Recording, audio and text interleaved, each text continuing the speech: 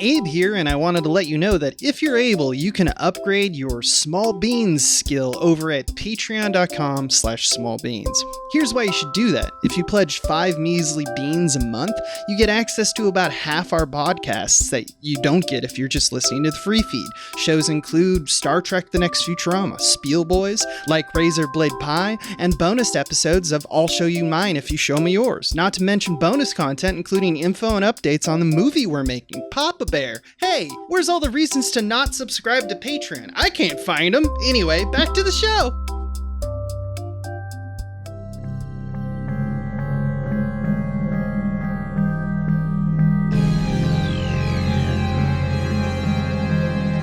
You're about to hear the recorded audio diaries of Michael Swain, Adam Ganzer, and Abe Epperson, transmitted to you from another dimension through the wonder of podcast technology. Lost in the multiverse, they have to dig into a different piece of multiversal fiction each episode, in the hopes of finally discovering a way back to their reality. How do they know this isn't their reality? Because one of them is being a real asshole. Will our heroes ever make it home, or will they inadvertently explore our obsession with multiverses, alternate timelines, and parallel worlds, and tie it all into a conversation about postmodern art, pop culture, and what it means to be a human right now? This is Escape from the Multicurse. So we don't even have to. Okay, No. so my nickname can officially be the Tornado. Yeah, and you're that's Tornado. on the record. Yeah. Great. I didn't even do it as a bit or as part of the podcast. I just think Yeah. that's a good nickname for you. Okay, Abe, You how know? are you doing? You haven't Yeah. spoken. I'm fine. I just have no comment on Please what everyone's establish the saying. geography of the you don't like podcast these for the tornadoes? audience. No. Is your asshole bit no butting I everybody's can tell. nicknames? I don't know why you think I'm the Yee. asshole from just that response. I don't, Do I? honestly. Whatever. Yeah. You know what? That's the What I'm question over is, this. Is indifference negative or is it truly neutral? Because before we started rolling, yeah. I was talking about Animal Well, the donkey game, and I said, Abe, you must be happy for Donkey. He made a video game that's getting good reviews. And Yeah. Abe said, I don't give a shit about that. and you like Donkey. So Yeah, is he's a that fine neutral content or creator. is that an attack? Is no news bad news? I don't know.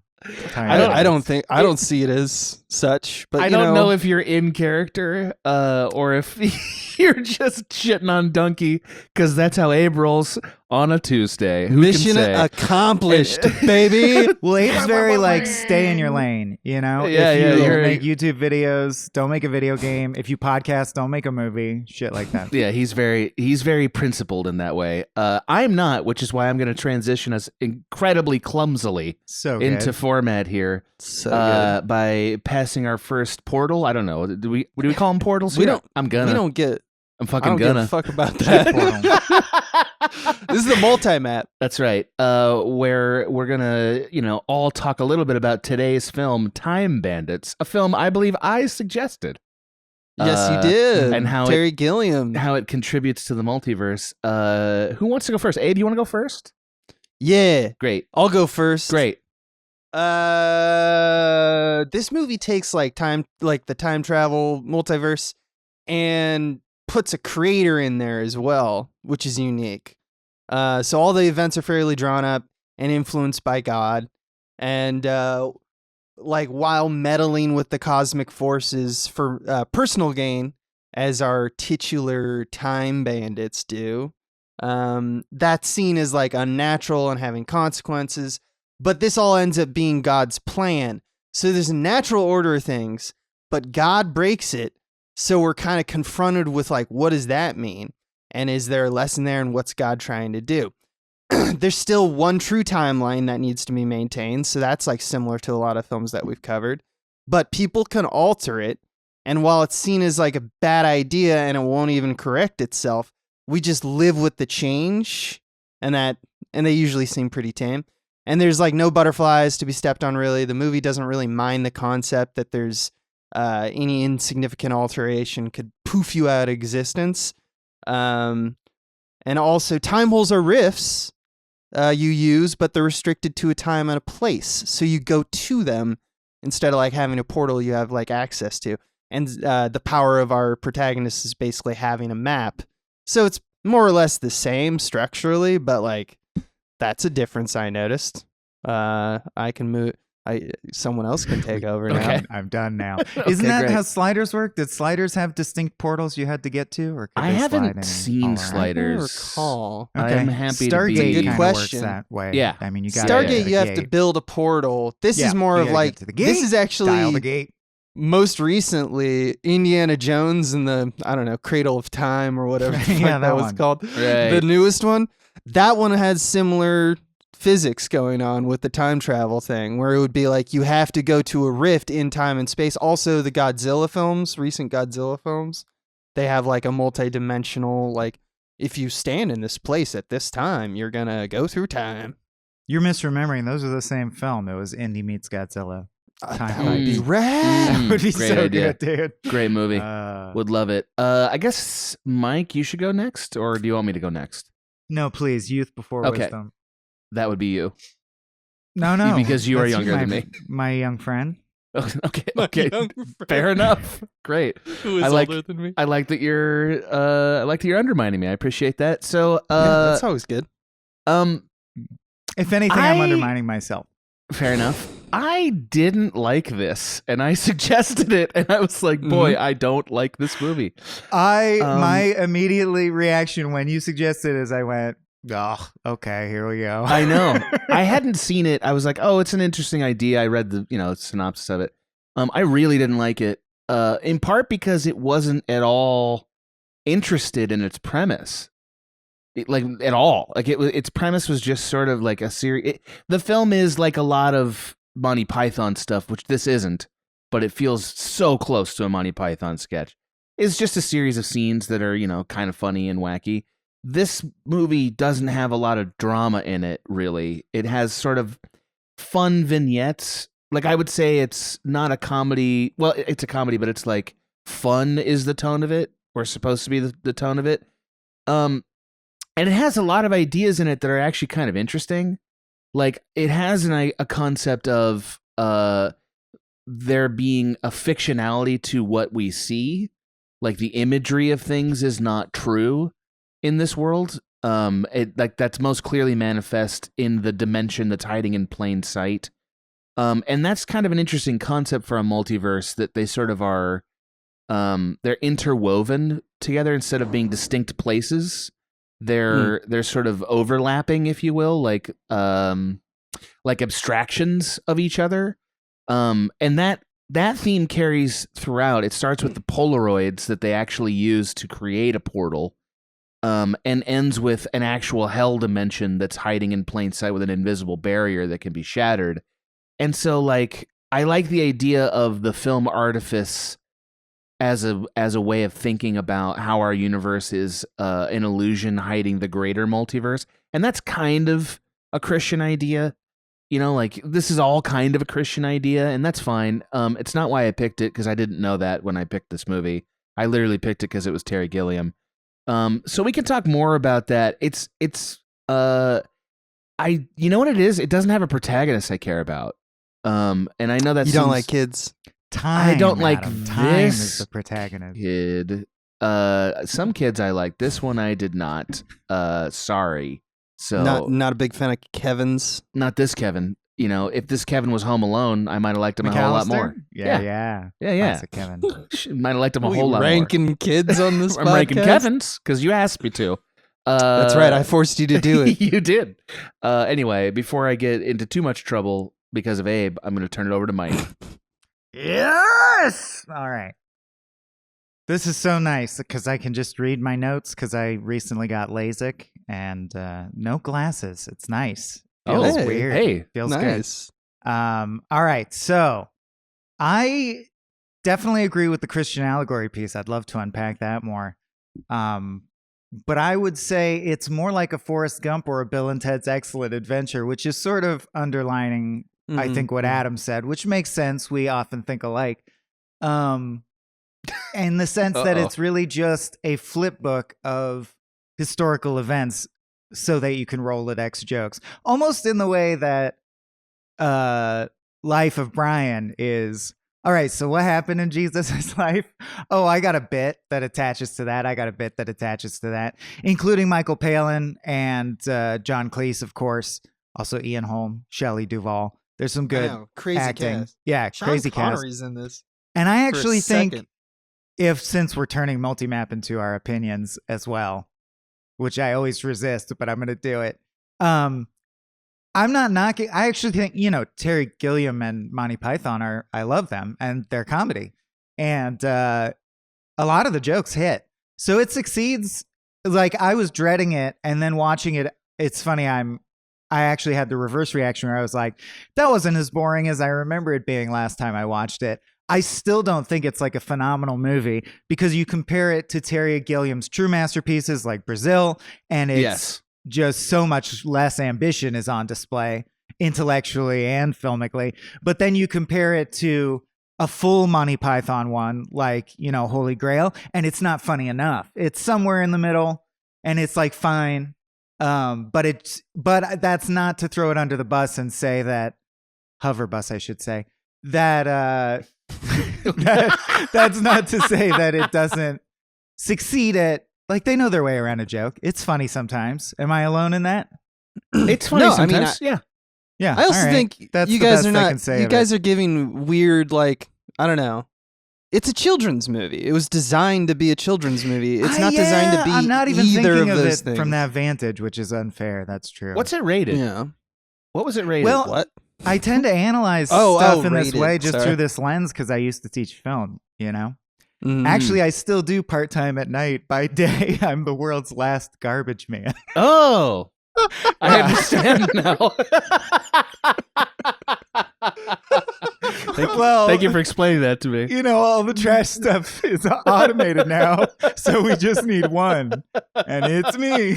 It's a living. What an elegant explanation of your life Well, story. It sucks because the garbage gets into my beard, which is down to my shin bones, like ZZ Top. It's red with bleach tips. It's the greatest. But enough Wow. about me. What is Time Bandits rated? Let me look at it. Yeah. It is. Oh, it's a hard R. No, it's PG. Okay, that's a surprising rating, but I think we can jump right into verses on verses, Please. and Yeah, oh, yeah. God. and I feel bad now because I said I did the multi-map Mm-hmm. and I compared it to other universes. I have opinions. great. Let's hear one. Nah, let's get on Nah. to verses. So Nah. so you're talking about my friend Adam. Yeah. Can you elaborate more like what you mean by the abstraction? Yeah, so my theory about multiverses in general that's sort of unspooled slowly as this podcast series and our living hell has gone on is that the multiverse is always a funhouse mirror.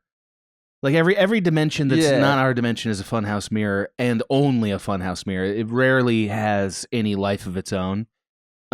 This movie doesn't break that illusion at all. In fact, in a sense, like the other dimensions we actually know about are, I guess we'll call it hell, or like the evil dimension, whatever that is. And It then starts to get supernatural, yeah. and then wherever God exists is a distinct dimension, it seems. I mean, and that's what makes it feel sketch-like, too, is you're like, well, there's a head that's God. I'm sure he'll work it out in the end. And Right. indeed, he does. Obviously, he does. Which makes it feel almost like, the Care Bears fighting Mr. Frosty or whatever. And, Right. they're going to win. It's going to be fine. They're going to shoot a laser or something. But a question about what you're saying now, don't you feel like history kind of is that?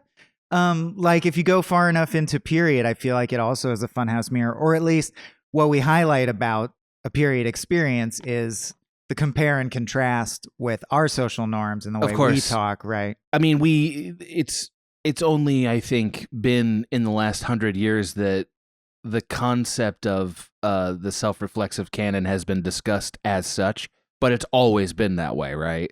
Like, we're always organizing story and history to reflect on ourselves, and by ourselves I mean contemporary self, whatever that is. Well, yeah, as such. Right. Huh. So like we're not, and so there's plenty of things that have been historically significant that we don't think about anymore. or they are not currently historically significant, so we assume they never were, right? We treat them as though they never were. And that's fine. Like, I think the multiverse in this movie is a way of talking about, just sort of like the meaning of it all, like kind of like crafting a sense of the meaning of it all, and how this is the one time I'd argue for Abe's point, how there kind of isn't one. Like, this movie feels like the multiverse is also absurd and can't be, like, everything's an illusion. Like, you would keep, everything's a Polaroid of a Polaroid ultimately. Like, that's what I took away from it. You'd almost say the movie stole your time. Kind of. Rendered it away. Thank you. But yeah, it's the word romp was invented for movies like this. Is that not okay? Just all fun and games, time jokes? Yeah, I it's mean, fine. I think it is. Sure, Yeah. I do mean, too. Yeah. I think you were going in expecting like a Brazil or something like that. I kind of was. Yeah, and Brazil is and I think that's why you were let down. Yeah. And I had that exact experience in my past when I first watched this. Interesting. Were you were a Brazil head when you were a kid, and you were like, can't wait for these salient points about Well, we bureaucracy. recorded the Brazil episode twice on this network, so we have unpacked it at length. Yeah, we have. Yeah. One got deleted. Yeah, that's interesting because you were talking about like the mirror. I don't see this as a mirror thing. I see this as Wizard of Oz. I think it's a veil, right? It's what's behind the curtain. Yeah. Oh, it's God. God's And it's magical just a bullshit. fucking It's manager. Yeah. So I think like the whole point of this is that creation is kind of a botched job. Randall even Certainly. says this. Yeah. He says the reason they can time travel and the reason that they're doing this is they don't see a purpose in their life anymore because it's all fucking stupid. So they're just going to steal stuff from time. And who cares about the consequences? The fabric of the universe is bullshit. And like the time rifts themselves are a metaphor for that. There's holes in the universe that God never plugged up. And that's what they use to travel to times and places.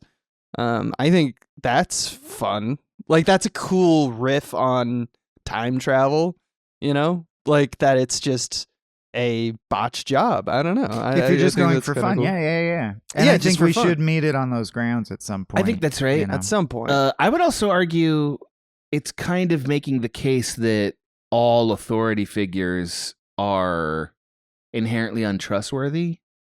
It wouldn't be a Terry Gilliam if that wasn't true, Right. I think. Right. But like, Yeah. consider, if you will, this children's movie, according to you, and how it ends with this child's parents blowing into bits. Like, and it's That's like, the biggest fuck you. It's the greatest ending it's to like- any movie. And then we just like boom out, and it's like, and this kid was an orphan It's for just the like, rest of his yeah. life. And, And they even do the Wizard of Oz, like, and you were there, and you were there, and my parents are dead. right. It was It's just wild. like, oh, okay.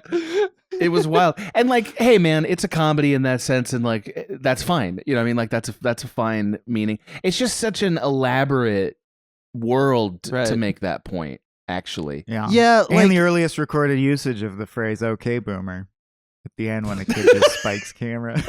okay, boomer.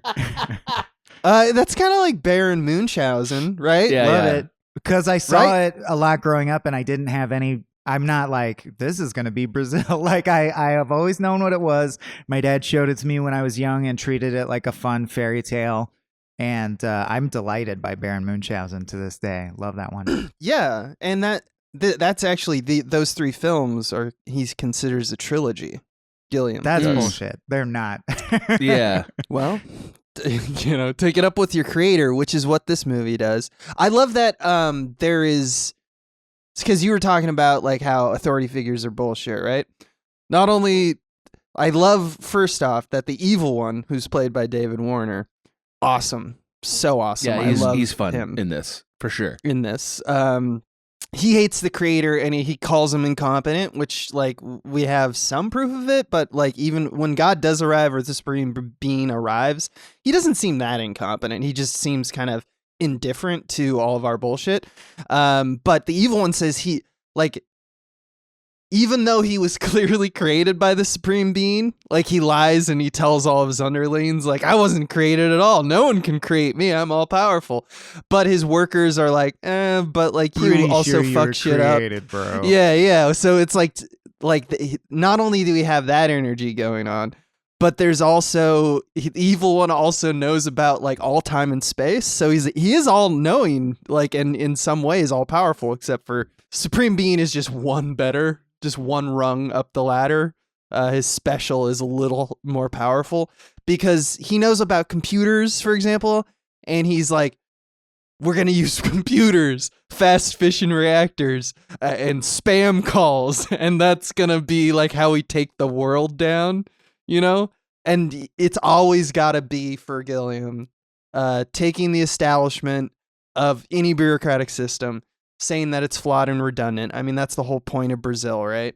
Yeah, which I think is his best film in terms of but messaging. Brazil is like a poem about it. This Yeah. is like a guy elbowing you in the ribs and being like, this guy thinks he's better than us. Yeah, Like, it's like a just the bar basic tale. shit. Yeah. It's like a cartoon. Yeah. I mean, I think it's the whole point is that it's the death of imagination, right? I don't know. Well, I I don't know. I just feel like I would weigh my take a little more because I used to work at the courts. And actually, at one point, I was going to be a pastor as well. But now, of course, I'm most well known for my scrimshaw. all right. You can find me selling it down at the bus station most days. What an interesting set of facts you keep explaining to me. So I'm just living my life, man. Yeah. What else? What I found interesting is that when we look at characters in like multiverse stories, time travel stories, the protagonist has like they have access to it. They have a key. In this case, it's a map. In Stargate, it's, we own the space around the Stargate. You always have to, with a hero story, you have to like lose the power, right? Sure. And they technically lose the map. But I think that one of the reasons that maybe you guys didn't react to this movie as much is because the conflict kind of is just incidental, which is something that I still think is true about Gilliam. He does this a lot in his films where he goes, yeah, the one thing that would have saved everything, that's gone, so you're totally fucked. And that usually happens around the end of Act 2. And then circumstance, serendipity, it falls back into your lap and you get to cross the threshold into Act 3. He is a little bit of having his cake and eating it too in that way. Like he does that all the time. Yeah, which is fine. I mean, like he's using it in this way that's winking at like it's a story, so therefore who cares what it means, I would say. You know what I mean? Like right. It's fun is the argument for it. I think the kind of, I wouldn't call it nihilism, but like the kind of apathy or anger at the establishment that Terry Gilliam definitely had during this period, and in a lot of his, like you even look at like 12 Monkeys, which we should cover, by the way. Absolutely. You look at those and it's like, oh, you sacrifice me caring about the story because me as just a dummy watching your films, sometimes I like stories where someone works hard to get the thing back. And if you're not going to do that because you have this other side gig in the movie that is like, nothing means anything, like if you're doing that bit, that's funny. That's like killing your parents is the last shot, but it also sacrifices your attachment to like the actual tale, right? Yeah, that was my issue with it. So I think that's true. I think that's true about Gilliam. I can't think of many films that he doesn't do that. You know, that ironic detachment is a staple of comedy. So if you imbibe it as a straight comedy, you know, it matches up with so many comedy, you know, Airplane or whatever you want to call out, where there's no heart. The reality doesn't matter. It's for jokes. If it had better jokes, I'd be like, home run, okay, sir. Sure. Home run. All That's true. That's true. You know, but I'm just saying, like, if you don't like that aspect, like, you don't like Gilliam. I think the chaos is delightful. Well, of That's course why you I do. like You've been saying that since I've known you. So that's, I mean, and also that's fine. I'm not saying that I don't like Gilliam. I think in this case, though, just having a character to care about would be a difference maker. because like you said, Brazil, right? But Brazil has a very clear character arc that is frustrating, but it's channeled in a way where I know what the main character wants, and I sympathize with it, even though it's pretty clear he's not going to get it. You know what I mean? Like, just that simple organization of meaning helps me track the chaos in a way that's more meaningful. In this movie, the young child, an avatar for a lot of fairy tales, is absconded by I guess so they call them dwarves. So okay, dwarves, Little people, which is interesting when you compare it to Wizard of Oz again. But here's the thing: those characters never separate themselves into distinct personalities that you can track. I would argue they kind of operate in this revolving door way that makes it feel like we're supposed to be invested in their quest. But what is their quest? What is it that they want? They want money for what? Well. What's that? That's funny to me. What do they want money for? Like they are a part of this caste system. It reminded me of Venture access Brothers to too, only in the sense that there's a giant floating two-tone head, but also in this, and an operatic evil guy, a la the Monarch, but also in that detached. Yeah, but again, it's not as funny as the Venture Brothers by half, which is the big missing link. And I say that because Gilliam has proven over and over again he knows how to make great comedies. Like, he absolutely knows that. Supported by the writing of a great comedy writing team. Okay, that's fair. Michael Palin this is helped him write this. Gilliam and Palin, yeah. So I thought there were some good lines in there. I liked totally. Benson, the evil one, and Benson. They're like a unit. He has his two underlings, Robert and Benson. Mm-hmm. He's like, I feel the power of evil coursing through my veins, filling every corner of my being with a desire to do wrong. I feel so bad, Benson. Good. Yes, it is good, for this is the worst kind of badness that I'm feeling. Kill me, master. Kill me. Not now, Benson. We have work to do. I just like evil. It's basic as hell. And that's it's funny. Good and bad, and then also just the kill me master. Like, what these people want makes no sense. And I don't know. Going back to Brazil again, just because like that, we seem like we all agree that is a much better success of what he's doing. Yeah, I think so. But what with like Jonathan Pryce's character in that, considerable amount of that movie is showing how you're just like, God, this world sucks. Like, I hate the world of Brazil. It must suck to live there. This is a little tougher because he puts himself in the situation where it's like, this is kind of cool. You're palling around, having a good time. That's what you're supposed to think. Like, Napoleon's fun, like Robin Hood is Robin funny. Hood's great. Yeah. And it fits for a guy who has a range like Life of Brian to Brazil, which is pretty, rangy for most directors. It kind of fits to me that he could package a movie as like, we'll just do a family fun like Fable, and then later do a movie that I would say touches on like more elegant, mature references. Like Brazil, Jonathan Pryce in Brazil reminds you of Playtime, or even Chaplin and Buster Keaton and stuff, like sort of that vibe.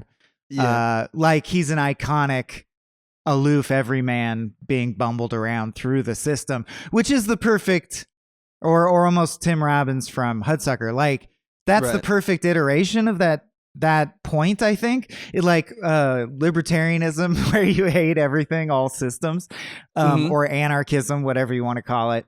I feel like the best way to do that is, or like Being There, like a man who fell to earth as an example human getting chewed up by the bumbles system. His way through. Yeah, no, that is definitely, I'd say, like one of the best forms that we found. That's the best character archetype matched with story. This feels archetype. episodic, like Holy Grail does. We go over this area and something totally unrelated happens. Yeah. No, it's true, and a lot of that is, let's get Cleese in here. Let's have him do the Robin Hood. Right. It's fun, and it is. Let's get Sean Connery in here, just twice. Crazy, Wild. Connery, just put him in there. Cleese. Yeah. Also, I'm pretty sure drugs were the main motivation of this movie.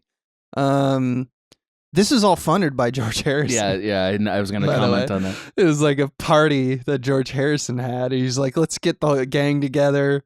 Let's get some fun people around. It's what it seems like. I don't think they have that news Yeah. I have at our disposal here. So I have a question that I think is maybe germane to this conversation. Do you think the world of this movie is supposed to be our world? That I have a lot of questions about causality of the time travel. Well, And kind of what you're talking Yeah, about. yeah. there. To me, it feels like the exact same world as the one from the beginning of the Michael Jackson video. Doesn't matter if you're black or white. Like where the kid is in his room playing loud music and then the walls rip apart and we're in the Serengeti dancing. Like I think it's or Labyrinth. It feels like that exact level. It feels of like Labyrinth. reality or Yeah, an it is. advertisement. I mean, they try to play with the Wizard of Oz thing, and I thought that that's actually one of the biggest missteps in the Totally whole giant thing. head. Just because like the whole aspect of you were there and you were there, like where it's like, was that a dream? No. No, it Like wasn't. Yeah. an artifact of the devil came with you and killed and blew up your house. Like that's You wish it was you a have dream. Polaroids Your that life's gonna prove be that you were hard there. now. Yeah. Yeah, like it's not only I mean aside from it going hard, I just think it's like it's very clear indication that anytime the time travel happens, that's fucking set in stone. Yeah, that actually happened. You know, like Right. that happened. And there's a few times in this movie that is fucked. Like, for example, the big fight at the end where they go to like try to smite evil. Mm-hmm. They like get a congress of like, I don't know, like Knights Templars and like cavemen. Random and assortment of various random soldiers assortments. from Yeah. an RTS about history. So what was the deal with that? They like, so they went over there. They got chummy with like a bunch of soldiers, and Mongols they're or like, "We're whatever. doing a war. You want to join our war?" And then they just those lineages ended now. Like that is now because that's a big fucking Yes, butterfly it's- to me. I mean, this film takes the position of we messed up the timeline. That's funny. We all had a good time. Movie's over, folks. Like I Right. do, it's intentionally not resolved. There They is all no die. underpinning theory of time travel other than I'm gonna reach into this bag and pull out whatever the fuck I want. But the problem with that is then like there are things that could easily happen. Because I also think it's funny that it's about all of time creation and it's all European history shit. Right, of The course. last But, 1,000 like- years, yeah. Yeah. But like, there's a lot of things that could happen that would make Kevin not exist. But like, he comes back to the present, quote unquote, Mhm. and everything's the same. Right. There's no except Back to the his- Future rules here. Right. Like nothing So he did it's mattered. inconsistent. Well, so that's where I'm like, that's where I like want to do some repair work in my brain and think of the universe this happens in as being parallel to ours. Like the actual multiverse is the fact that this world exists at all.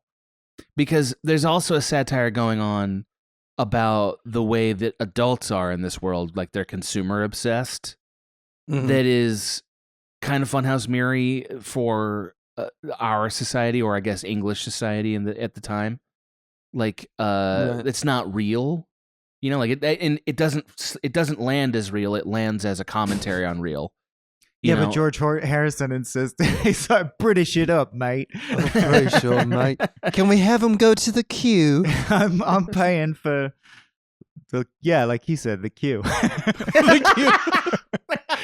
The lorry. like you The said. lorry in the boot. Again, thank you. I'm trying to solve the idea, like trying to make the critique more cogent, or I guess the theory of multiverse more cogent. And I guess the movie doesn't really want that. But like, Well, I think it makes for interesting conversation until it doesn't. Because we know, Agreed. a lot of times when you talk, at the end of the day, well, there is no solution because they thought it didn't matter and didn't even care. They didn't care to finish it. But yeah. it's fun to talk about until you've exhausted I mean, it they as a do topic. have one last maneuver in all this, which is all that has changed because once again, it's all a plan from God, right? It was a test, and he just set it back to the And way he it was solves supposed it. to go. right. And like maybe he's and he's just you get the vibe that he's just like, all right, you had your fun time bandits, you went off and you did your little, you know, The hissy dream fit is over. about, I fixed it. you like, Yeah. oh, we got essentially fired, and then you acted out and you're my children. But yeah, like the reason that nothing changes and none of these butterflies exist is because God is just this guy who can do that, right? The supreme being would have that power, right? Except for the way that it's deployed is really interesting. It's not Right. It's not complete. Like, he doesn't solve everything. He solves most things, but not everything. And everybody Right. loses a little bit. I think that's a very British, like kind of, in version of Christianity, Right. because Stiff upper lip, it's going to cost you yep. a little bit. And I mean, there's a lot of Christian, like that. There's versions of that are here in America. You know, it's all over the place. It's a part of Christianity, I would say, or not all of it, not monolithically, but rather just there's versions of that. But it Definitely. is interesting that they want to both paint him as totally competent, in control. That's one of the reasons why, you know, like there's a lot of Christians probably involved in this movie, but at the same time want to be irreverent, want to take a little bit of wind out of the sails and, you know, see him with his pants down. Like, that's the whole point of the comedy there, right? God with his pants down, beautiful, just What gorgeous, breathtaking. What a political cartoon. I don't know. There's sneaky. You're right about Adam. You're right about the like the deployment of it. I was looking for like, okay, what do you want to say, kind of thing. And there's this one bit that happens at the end of the movie, which is the back and forth when Kevin just straight up asks what like the like Randall and the Time Bandits won't ask. You know, it's like, Right. why do you let all people Why do you die? let pain Just- happen? Right. Why do you have to test your creation in that way? And they're Why like, did "We're not gonna- Domino's we would never." pizza be bad and then good? Why couldn't it just be good from the beginning? Yeah, exactly. Why do we have bad pizza? And he just asked the question because he's irreverent and he's our character who has importance all of a sudden. Right. Even though he hasn't had importance Right. the whole Suddenly movie, he's has an right about avatar. suddenly. Yeah. Yeah, exactly. And his response is, I would say, twofold. First, he goes, I think something to do with free will. But also, the way in which he says it is he disappears behind a pillar before he answers, and then he comes back and he says that line. And I only mention that because I think that that's interesting, because it's almost like he wasn't going to answer the question. Or Like, he's like, conferring with his superior, like he's a middleman. that's or the other something. thing. It does There's a bunch imply of- that's a thing that happens a lot in multiverse. Is it really stuff. the Wizard of Oz in the sense that he's not Right. God? Right. Well, that's the thing, right? Is that whenever you make a god like this, it always feels like it's just another mask on top of whatever the real answer is. Or Right, a yeah, powerful yeah. wizard. You're like, is that really God, or is it just a powerful wizard? You know what I Right. mean? I mean, like and this is like a basic philosophical concept that we keep coming back to because the multiverse is a philosophy experiment, which is, you know, like at the end of the day, who created God? You know what I mean? Like at the end of the right, day, yeah, who, it's like that shit. well, and that's a real question. You know what I mean? Like that a multiverse is an attempt to answer by circumventing it. But what I think it almost always does is points to the answer of it, like points to the fact that it's not a satisfactory answer.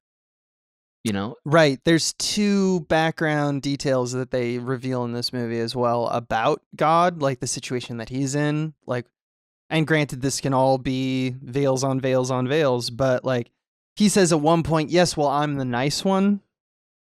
Right. And he's not talking about the evil one. He's not talking about David Warner. He's talking about the group of people that could also be in control.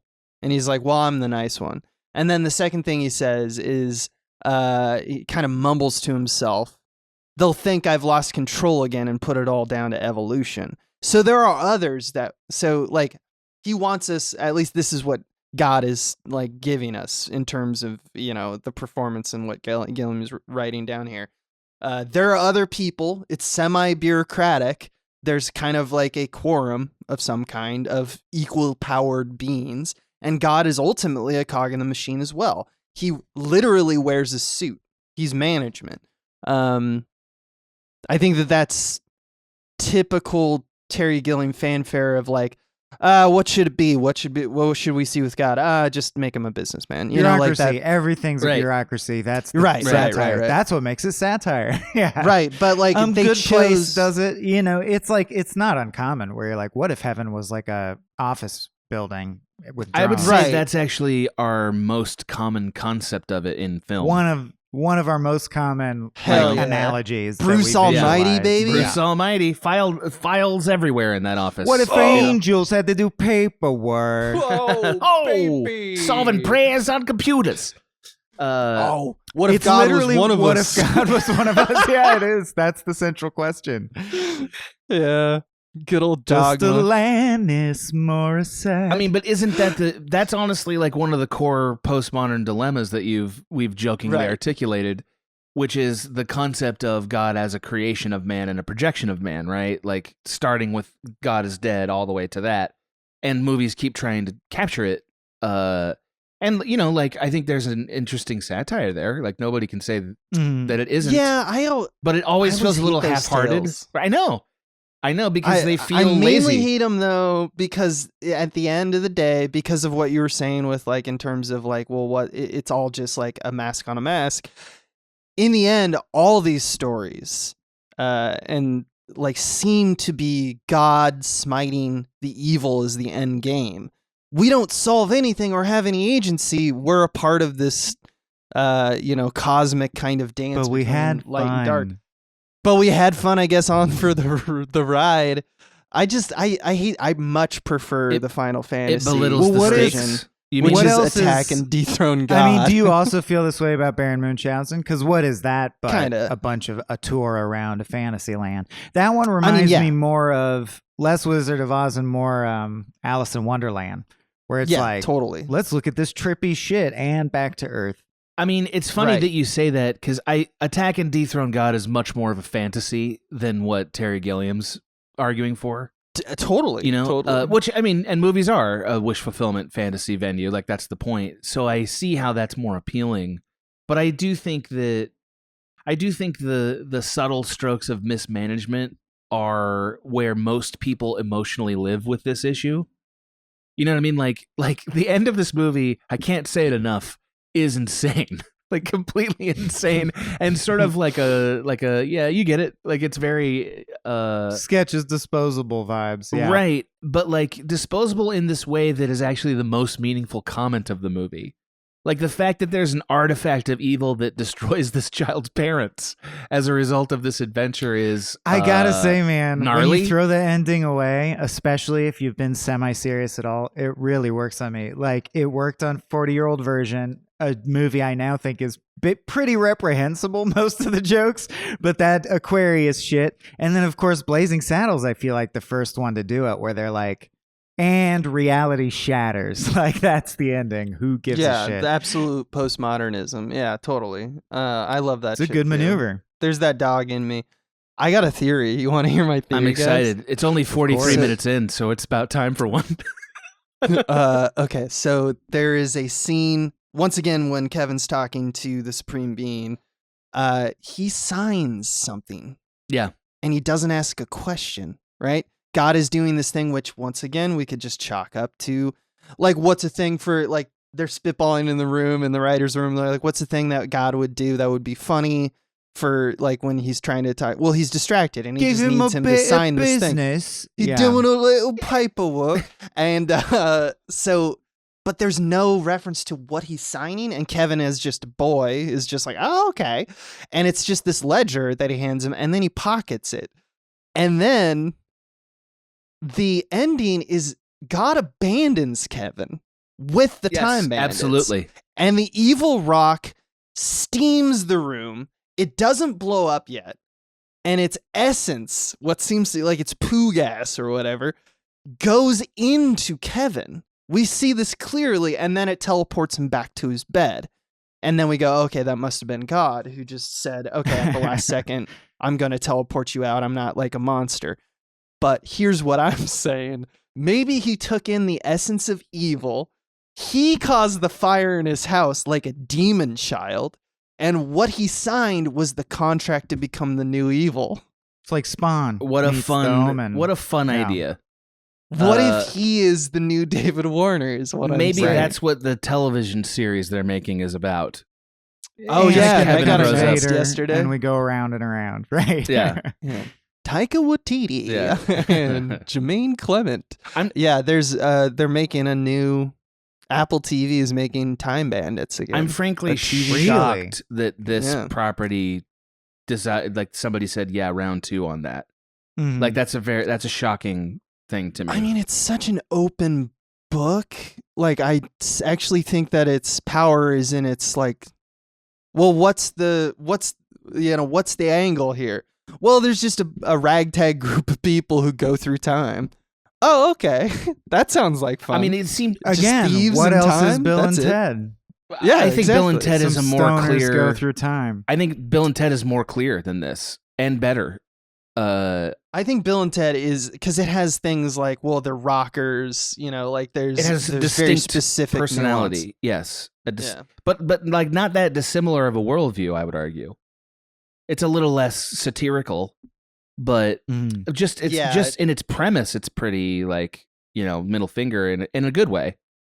Like Yeah. there's no Yeah, reverence for there. sure. Yeah. Do you agree or disagree with that earlier statement that I was making about like the fact that all of these stories make it so that it's like you don't have agency, That's what that this is all a plan. That's what the existence of God implies. But he Which says is- they have free will, and God wouldn't lie But to he us. says Or, it- like, don't we implicitly trust God? That's the question. I mean, that's like now you've got right at the Garden of Eden story. Like literally, that's why that Right. story is the thing. It's like that Or question. Job to some degree. Right, Come but, like, on, the give me a break, existence- God. The existence of an Give me a break, God. come on. The existence You of seen this? You heard I'm the about less this? garbage man. Anyway, Yeah, no, okay. Yeah, I mean that's that's one of the more basic stories, you're right. But I just think that if we're talking about like in general multiverse stories, wish fulfillment, time travel, we're trying to find something that is unnatural that can give us access to that to like behind that curtain, yes, right? the multiverse This- is another Tower of Babel. Right. These movies choose to at the last minute restrain from that. Because I guess like It was 1981. low risk? No, it was 1981. Yeah. Like They don't want to anger the religious folk. I mean, I think there's that. It's a children's story, allegedly. So, like, how far do we want to take this? Well, apparently kill your parents fine. Like, that's the thing is that it's like go big or go home. They went big. And then also they're pulling their punches there. I don't know. I'm not going to say like a film should have done this or done that really. It's just more of like these stories we tell over and over and over again. And it's just interesting that this is like it's becoming a unique kind of deal with any time you have like any kind of supreme being involved in these stories, it always comes to it was all my plan anyway. but that's implied by the existence of a supreme being. No, it's not though. That as this movie kind of articulates pretty well. I don't think so. I don't think the movie does articulate that. There's a huge conceptual overlap with another one of the most common kinds of film, which is it's an analogy for filmmaking itself. Like, I Right. wonder if the supreme being can be mapped to the director in this sense. Right. Because I know that's how it feels to make film, because I was on my way as a filmmaker, but then my doc Sanibel got me canceled because on the press tour I said some pretty offensive things about shells. What? What? I don't know. I'm just talking, man. That just happened. He's just telling us I'm just stories. telling you what happened. But I need a break soon. I recently took up smoking again since they put those little lights in them. Not vaping. This is different. A different light? I haven't noticed Yeah. that. Ooh, I've been yeah. out of the This the happened cigarette recently. game Yeah, in my time, you might say, as such. as such. Yeah, no, that's all good. I'm That's enjoying all this good. quite a bit. What do you think about that? I As like, is the head Terry Gilliam? You know what I mean? And it's just the story of I have control, everything works out as I plan. That's what a film is. You had almost like Shakespeare ended, with Puck being like, this is all fine because it's just a play. He wrote the play. We're his puppets. I hope you were delighted. I gotta go now. The meta aspect of all the multiverse. Yeah, for sure. I think that that's intentional. That's a part of the fun. But like, I don't think that that's like the main motivation for the satire, right? Like, I think the satire is like, I don't know. I disagree. I think this movie sets it up and creates a world where it's like God is this kind of incompetent guy. There's holes in the universe, and he doesn't even care to like patch him up. He's or make indifferent. A perfect thing. Yeah, he's indifferent. Yeah. And then they smack at the end. It was all my plan, baby, to make a better universe, but it's more finer tuned. Yeah, it's basic. Or like you can hear Terry Gilliam saying, like, if there is a God, he's a dumb bastard. Like that's all it is. It's done in as a film. I know. Neil deGrasse Tyson has this quote all the time, like, and he loves high fiving the universe. Look with at it. me. Yeah, exactly. Look at me. Which is, that God is either not all good or all powerful. It can't be both, right? Like the world can't be explained if God is both things. And this movie is poking at both ends of that spectrum. But there's also the unspoken truth that we always like omit from that, which is, or things are incomprehensible to us. Like there's a limit to our understanding that doesn't encompass a full understanding of what's going on. And you know what I mean? Correct. That is that is the other argument. I mean, that is the argument of Job, right? Like it's that you can't understand even if I could explain it to you. Yeah. Right. Right. So, we all have to live in that tension of deciding which one of those things is real. Right. It's interesting. Just because I think there's got to be a multiverse film that is like, oh yeah, it's all flaws all the way down, and you're just taking advantage of it and traveling through. When we look to the Marvels, if you do multiverse, you meet every version of yourself, and they're all assholes. Yeah, they're all terrible. They're all pieces of shit, and you're like, fuck it. Like that Enterprise episode, or like that TNG episode with all the Enterprises. No, but like, I don't know. There's something to be said to me, like specifically about like with these stories, you can frame it so that the end game is that it's this like completely indifferent world, but it's not even run by the creator. Like he just let it, like there's the deist kind of like clockmaker thing, but like in Marvel's universe, right? There is I don't actually know all the lore. I'm sure there's an answer because I know that there's like an a being who created all of the things. Oh, and word, stuff they like have that. lore. Yeah, but like there's this thing where like you get the feeling in like Doctor Strange, right, when he's traveling through all the multiverses or whatever. This is like international waters, right? There is a time, like in Loki or whatever, there's a time travel kind of prime directive there to maintain the one true timeline.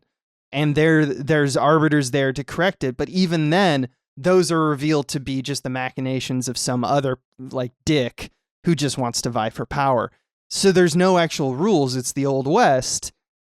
We do that story, but then we also, with our wish fulfillment, I think we want the comfort of a god. We want the comfort that there is a right answer. Yeah. So regardless of these stories, we either get Time Bandits, where it's just like, like as basic as it gets, God meant for all these things to happen. Or in like the Marvel universe, you say like, all that shit is fucked, but you know what? You save the one true timeline. And guess what? That really was the best timeline. And you can be assured of that and go to bed tonight and go, we did the best thing. Or they'll literally do like the magic spell that's bad is undone in reverse. Therefore, we're good. Right. And that's it's such a weird statement that our wish fulfillment needs to be like consistent. The lore needs to be consistent such that we can like pick it apart and say, this is all bullshit. The world is like the universe is indifferent and it's cold. And no one cares, and it's all fucked up, but also, it's nice. I mean, it is a paradoxical. Our desires are paradoxical. 'Cause, Totally. you know, Well said. Like story- I recently upgraded to a sentient espresso maker that I think I'm developing feelings for. But also, I recently got married to the sea, but it's abusive. So I don't know which way to go with it, you know? Yeah, that's true. Yeah. These. Wow. Yeah, you are in a whirlwind of tropes, my man. It's more of a Tales from the Pit, though. Let's get back on track. Yeah. Yeah, that's true. Wow. That's I'm really true. excited about what the future holds for me. Very excited Well, all about Cool. it. You should be. Yeah, I What else feel like do- I should. Yeah. What else does this movie? Is there anything else to We mind? gotta close the wormhole, or I think we're not. good, yeah. Yeah, I think we gotta. All right, here we go. Yeah. In closing the wormhole. So we Uh, can choose to, what can we choose? Hybridize our world, yes. Mhm. which means we can we blend it together with Leave our world Li- behind. Like you think this is better. This would be more fun to jump live in. through the wormhole, live Or in that world, or Terrifying. close the wormhole. I would never live there. Yeah. Mhm. Yeah, close it, forget about it, throw away the key. So Mhm. what do you think? What do you think, Adam? Adam closes the wormhole. Absolutely. This is a nightmare fueled horror show, and I never want to see it again. Mm-hmm. Mm-hmm. Mm-hmm. I also close the wormhole. You know, if there is a god, I don't want him to be bad at it. You know, that's Yeah. my main deal. Yeah. And it kind of does in the end, even though he's like, "This is all my plan." I was like, "What a shitty plan." Oh, is it me now? Yeah, you're the Yes. last one. Cool. Well, at the risk of repeating my young friend, Adam closes the wormhole. I'm staying in my current life because in my current life, I'm super cut and I have ice breath powers, which I'm surprised didn't come up more.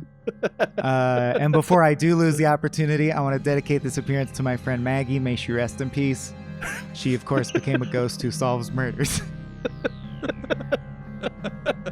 Anyway, you can follow me at The Real Adam for new episodes of season 58 of One Upsmanship with me and my co-host David Bell. Michael Swain is still at large.